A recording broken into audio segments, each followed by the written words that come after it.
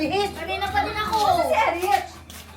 Tagal mo naman! Ay, naku. Tagal mo na eh! Tapos hindi pa tapos yung pag-makeup ko. Lagi mo nagmamadali. Hanggang ngayon ba kumilos? Hanggang ngayon ba naman? Nagkaka pa ng makeup bata talaga to. Pag kita nyo pa lang, wow, mapapawaw kayo mga anak ko.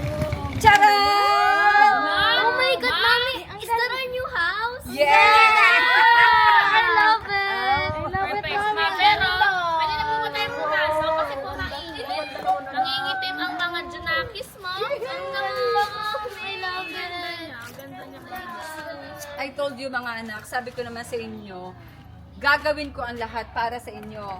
Para kay nanay. Yeah, thank you. Nabalo na ng ilang taon. Parang ako, balo na din. So, Pumunta yung bukas. So, kasi yes. mainit po eh.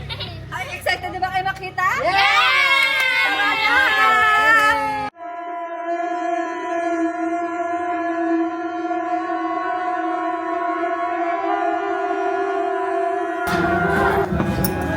Napabilis mo na itong bahay na ito bago tayo lumipat. Bakit na eh? Parang nangingilabot ang aking mga braso. Ang balahibo ko naninindig. Mahal na mahal ang bil ko dito sa bahay na ito. Pati naman ang mga bata tatakutin ninyo. Hindi naman ako nanakot. Ramdam ko na ngayon talaga. Parang ako iba ang paklasa. Ganyan ako eh. Nay, tama na yan. Pumunta na tayo sa taas para makita lang ang mga bata. I'm so excited! Excited na ako! Let's go! Dahan-dahan kayo mga bata. I love the photo! Wow! Ang ganda! Wow! Ang ganda! Grabe naman si Mama! Ang ganda! Wow! Ang ganda naman! Oh my God! Ang ganda dito!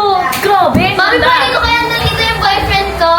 Boyfriend! Mama, boyfriend daw oh! Anong boyfriend? Luma oh, boyfriend! Itong babaeng to, kabata-bata, boyfriend na agad na nasa isip. Kukuritin kita, mag-aaral ka mabuti ha? Mami, joke lang naman! Ano ba?